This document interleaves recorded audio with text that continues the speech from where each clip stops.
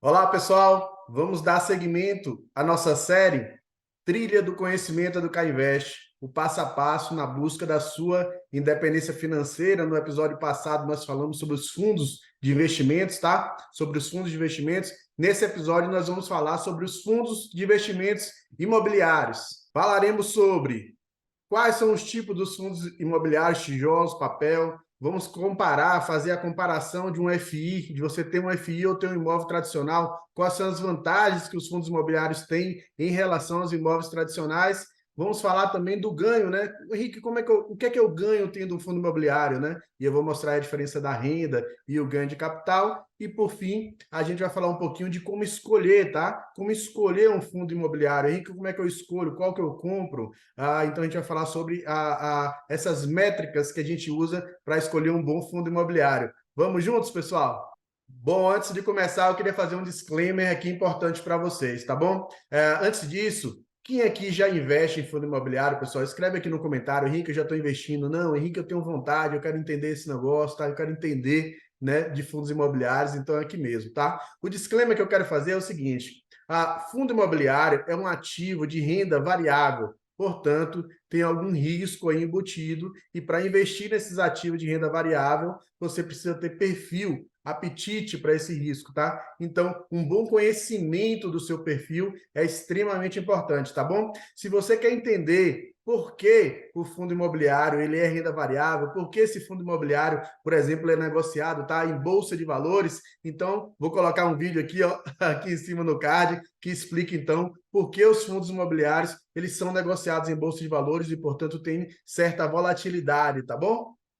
Então, pessoal, nós vimos no episódio passado aqui o que é um fundo de investimento. Então, é um local, né, onde as pessoas vão colocar o seu dinheiro ali, né, os cotistas vão colocar o dinheiro ali, e vai existir toda uma estrutura para administrar, para gerir esses recursos, tá? Com a figura do gestor. Quem tiver alguma dúvida sobre isso, assiste o episódio passado. Veja, os fundos imobiliários são fundos de investimentos, tá? Só que são fundos de investimentos imobiliários. Daí até o apelido de FII, F-I-I-S, os FIIs, né? Os fundos de investimentos imobiliários, tá? Então, portanto, são fundos de investimentos focados, né, no setor imobiliário, tá bom? E eles são de que tipo, Henrique? Vamos entender esses tipos aí, pessoal. Ó, basicamente dois, tá? Mas eu coloquei aqui 4 tipos. Dois tipos, os de tijolos e os de papel, tá? Os de tijolos e o de papel. Henrique, o que são fundos imobiliários de tijolos? Ora, são fundos de investimentos que têm ali dentro como ativo, né, que investem em ativos sólidos, em ativos que têm uma estrutura ali, como shopping centers, lajes corporativas, tá? Universidades, agências bancárias e etc. Então, dentro desses fundos imobiliários de tijolos, o que é que a gente vai encontrar ali? Estruturas realmente, shoppings, lajes e aí vai, tá bom?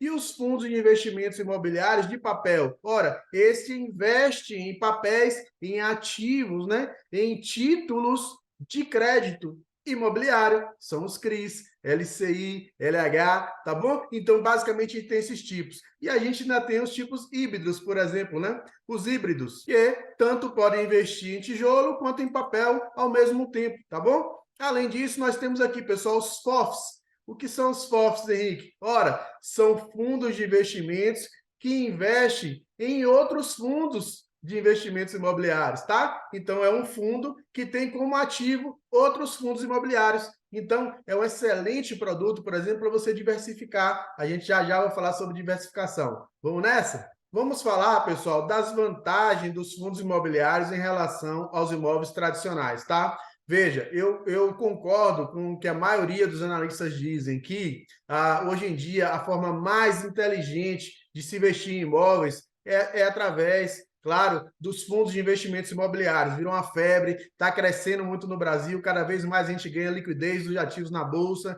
então é um ativo que veio para ficar. Principalmente, já a gente vai ver, porque ele paga uma renda mensal. Poucos produtos que a gente viu até agora aqui na nossa série, né, pagam essa renda mensal. E os fundos imobiliários veio com essa característica, então está ganhando o mercado. Vamos lá, pessoal, as vantagens dos fundos imobiliários. Alta gestão, altamente especializada. Então, pessoal, esses fundos de investimentos, a gente já viu lá no episódio passado que existe uma gestão, existe uma equipe de gestão com o gestor, né, aquele especialista, aquele que vai tomar a decisão do que comprar e do que vender, tá? Mas embasado em toda uma equipe que está ali em volta dele, analistas e tudo mais. Então, somando esse time todo, é uma gestão altamente especializada, com anos de experiência no setor imobiliário, que vai conseguir olhar para aquelas estruturas e tentar extrair o melhor daquilo ali, comprar melhor, comprar mais barato, o lugar certo, qual é o metro quadrado daquela região. Tem todo um estudo ali por trás que essa gestão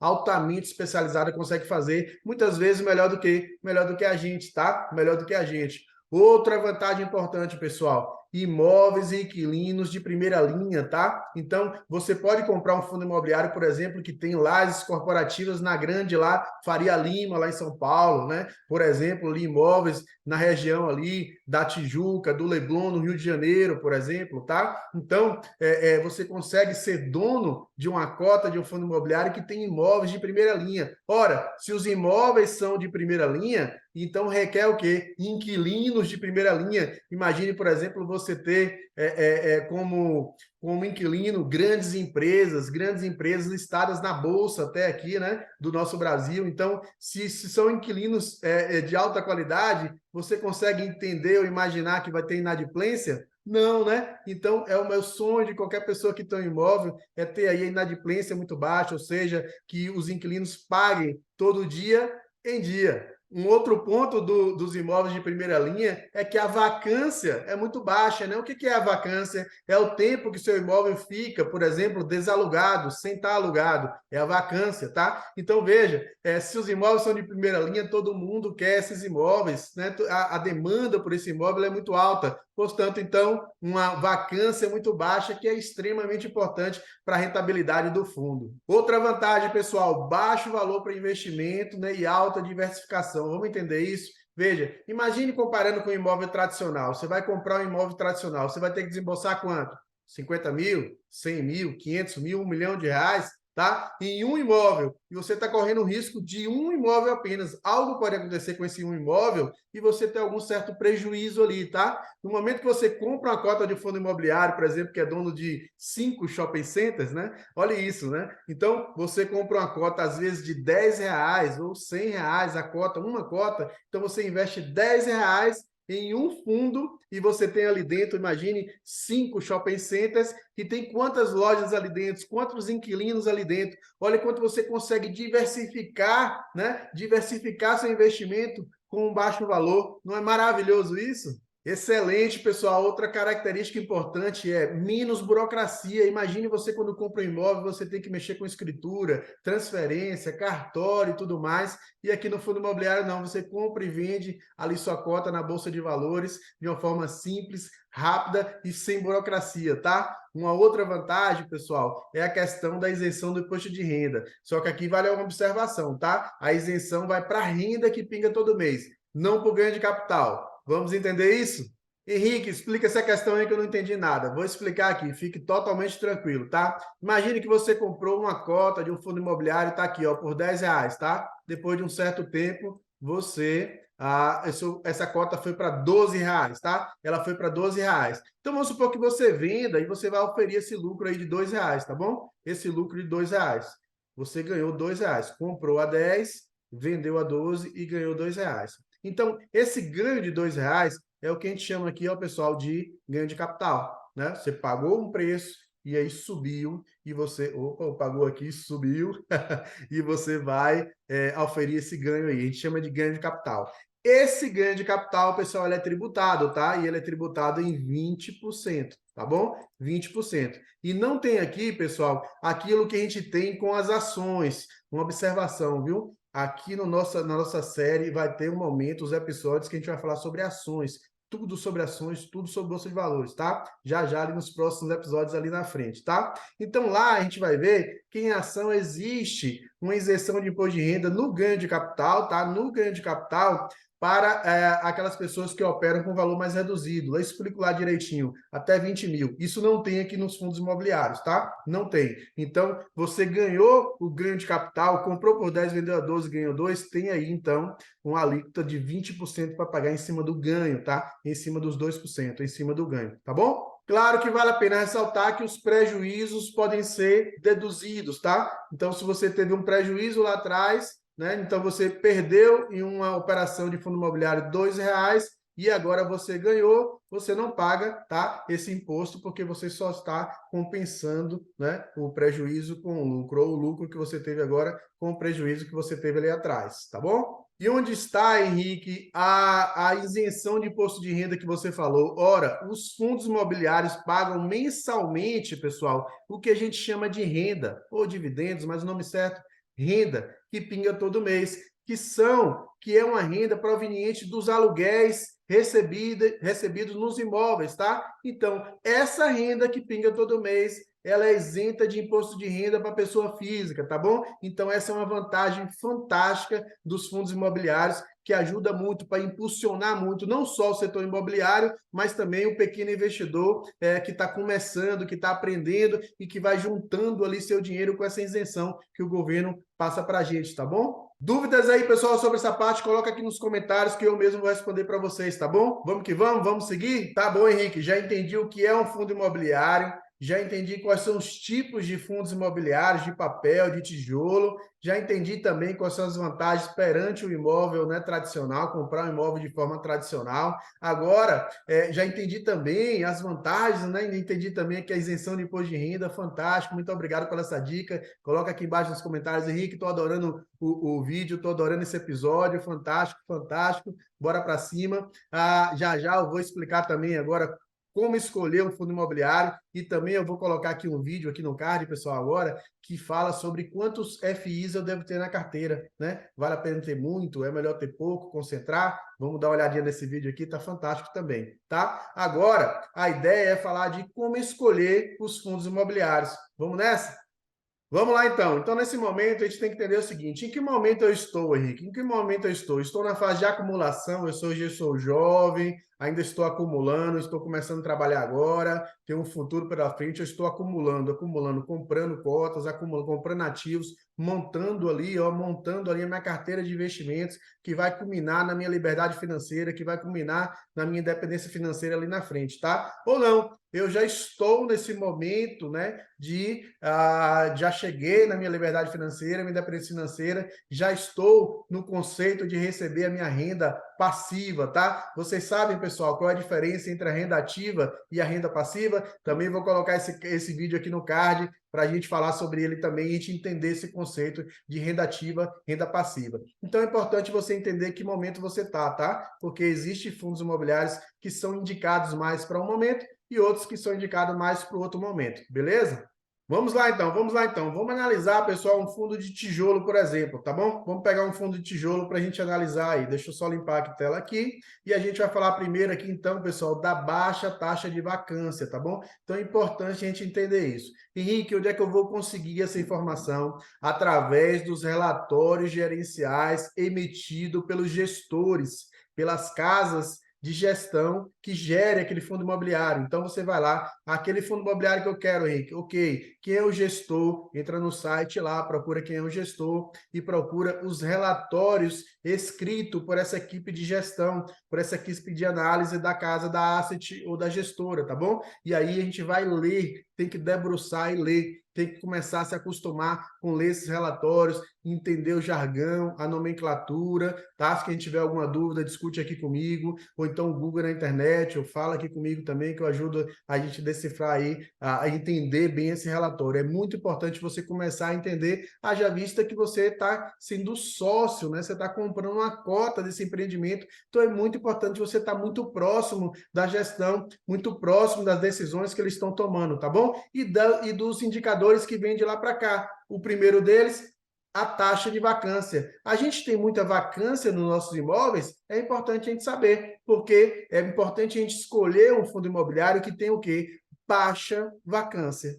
Certo? Olhando esse indicador, como é que a gente analisa ele? Ora, eu escrevi aqui, ó, os melhores imóveis os melhores imóveis significam os que têm menor vacância e maior valor de aluguel, tá bom? Então é importante demais a gente se debruçar nesse item aqui. Outro item importantíssimo, pessoal, fundo imobiliário multiativos e multi-inquilino. Henrique, o que é isso? Vou explicar. Então, fundo de investimento multiativos é aquele que tem muitos ativos lá dentro. Imagina um fundo imobiliário que comprou um só ativo. Você está correndo um risco muito grande. Então, qual é a ideia? É que ele pegue os seus recursos e compre diversos ativos para poder o quê? Diversificar, tá bom? E multi-inquilinos, Henrique, vamos pegar o exemplo de um fundo imobiliário que é dono, por exemplo, de vários, sei lá, 5 shopping centers. Então, eu já tenho 5 ativos, 5 shopping centers, já é bom, tá? Já é legal. Agora, imagine você que dentro do shopping center tem quantos inquilinos ali dentro? A gente alugou para quantas pessoas? Olha, são as lojas, né? Quando você entra no shopping center, dê uma olhada em volta, você vai ver o quê? Várias lojas em vários andares, ou seja, muitos lojistas, muitos inquilinos, ou seja, multi-inquilinos. Isso traz o que para a gente, Henrique? Diversificação. Imagine que aconteça algum problema de inadimplência com o inquilino daquele, ou com algum problema ele devolve aquele imóvel, dá vacância em um imóvel, significa o quê? Que esse valor, esse problema, digamos assim, não vai impactar na cota, não vai impactar na renda mensal, porque está o quê? Extremamente diluído, tá bom? Então a importância de ser multiativo, de ser multi-inquilino, é para trazer uma linearidade no fundo, na receita, no faturamento, e consecutivamente na renda, na rentabilidade daquele fundo imobiliário. Ok? Estamos juntos? Vamos seguir, pessoal. Já matamos esse. Vamos para o item número 3. Dividendo yield atrativo e consistente. Não basta ser atrativo, tem que ser consistente. E o que é isso, Henrique? Ora, é a rentabilidade do fundo, não? É a eficiência em que o fundo rentabiliza os seus imóveis, tá? Então, veja, o que é isso, Henrique? Veja, o que a gente vai olhar, pessoal? O que é o dividendo yield de um fundo? Basta você pegar a renda que ele paga todo mês, né? E dividir ela pelo valor da cota do fundo naquele momento. Então, veja bem, imagine um fundo de investimentos que tem de cota R$100, tá? Você comprou agora um fundo imobiliário que custa R$100 e ele te paga, vamos botar ali, sei lá, R$1 todo mês de renda. Então, você pagou R$100 nele e ele te paga R$1 todo mês. Ora, então, se ele paga R$1 todo mês, no final de 12 meses, a gente vai ter R$12, ou seja, 12%, né, do valor do fundo.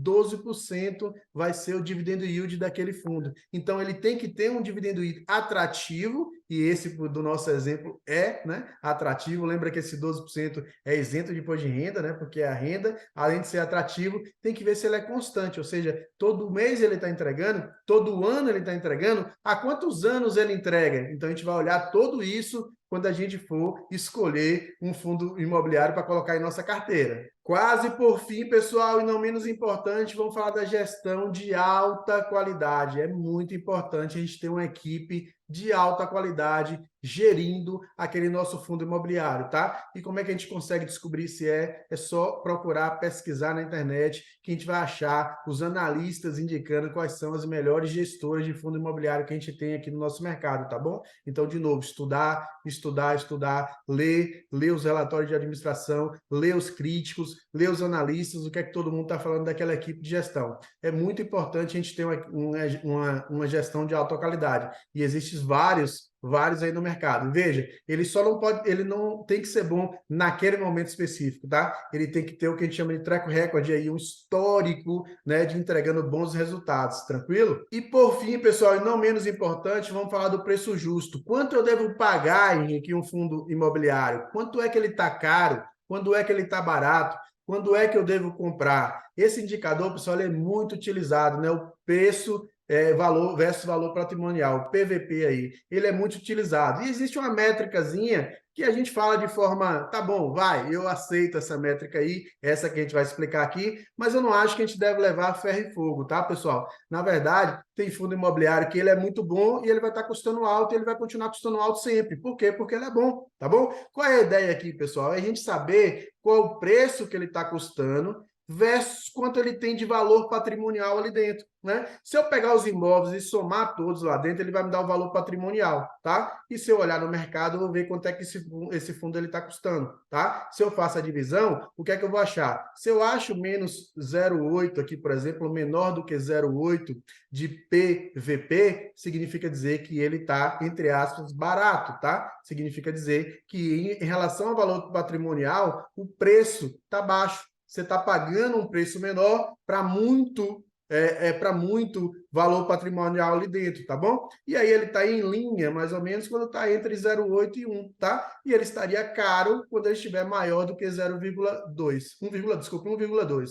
Mas, ó, pessoal, não leve isso a ferro e fogo, tá? Vale a pena, de novo, um fundo imobiliário bom, ele vai estar alto realmente, tá bom? O preço vai estar alto. E aí você nunca vai entrar só porque o preço está alto. Não é assim, não leve muito essa métrica, esse indicador muito a sério. É importante para você olhar, sim. É importante a gente olhar e saber em que momento você vai entrar ou entraria pagando caro ou barato em relação ao valor patrimonial. O ideal é pagar sempre menos do que o valor patrimonial. Mas às vezes a gente não vai achar. Se o fundo for muito bom, dificilmente ele vai estar lá embaixo, tá bom? Então atenção a isso, é uma métrica para olhar sim, mas não é uma métrica decisiva, tá? Existem todas as outras que a gente tem que olhar, e eu selecionei aqui algumas, tá? As mais importantes, digamos assim. Existem outras também para a gente analisar. Se você olha alguma outra métrica, conta aqui para mim nos comentários, tá bom? Pessoal, era isso que eu tinha para falar para vocês. Por favor, se você não for inscrito, se inscreva no meu canal, deixe um comentário aqui com seu elogio, com sua crítica,